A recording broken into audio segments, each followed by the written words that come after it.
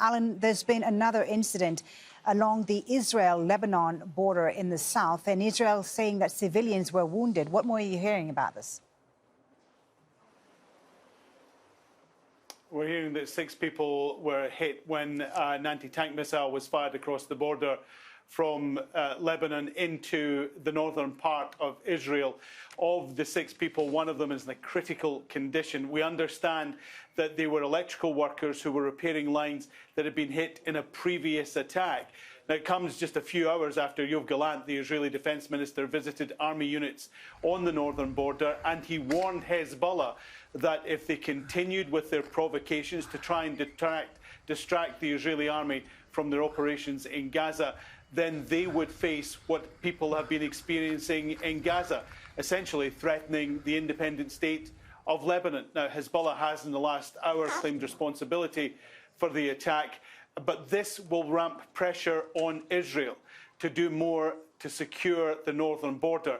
And we know the US is deeply worried. There was a phone call on Saturday between Lloyd Austin, the US Defense Secretary, and Yoav Gallant, saying that not only should more aid get into Gaza, they should take more care when they came to their operations there to avoid civilian casualties.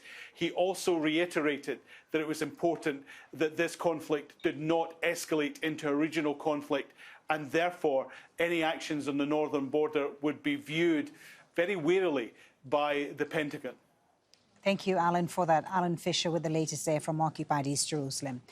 Well, earlier I spoke to Andrea Tenenti, who's the spokesman for UNIFIL, that's the United Nations Interim Force in Lebanon. He told us the potential for miscalculation that could trigger a wider conflict along the Israel-Lebanon border is increasing. For the last 5 weeks, there has been a continuous exchanges of fire between the two sides, between Lebanon and Israel, along the blue line, very intense exchanges of fire. And the farthest we are going now, the 5th week, the 2nd month of this conflict, of course, the potential for miscalculation is increasing. And the miscalculation, of course, could potentially trigger a wider conflict. And both sides have been hit. Even last night, one of our peacekeepers was injured inside one of our bases. We are still trying to find out the origin of the fire. That is currently now under investigation, but the situation has been tense and concerning. A tense situation, as you say, an escalation along that border with, as you mentioned, one of your peacekeepers being injured. Are you able to operate in these conditions? Are you able to maintain stability along this border when your own troops have come under attack?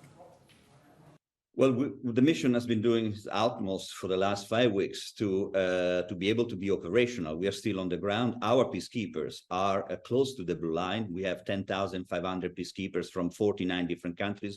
We continue to operate, even to monitor the blue line. And also the work of the head of mission and force commander, Lieutenant General Lazar, has been fundamental in keeping a dialogue with the parties. UNIFIL is the only one who can actually keep a conversation with the Lebanese authorities and with the IDF to try to prevent very dangerous misunderstanding. That's the role that we are playing on an hourly basis with both sides to try to decrease the tension.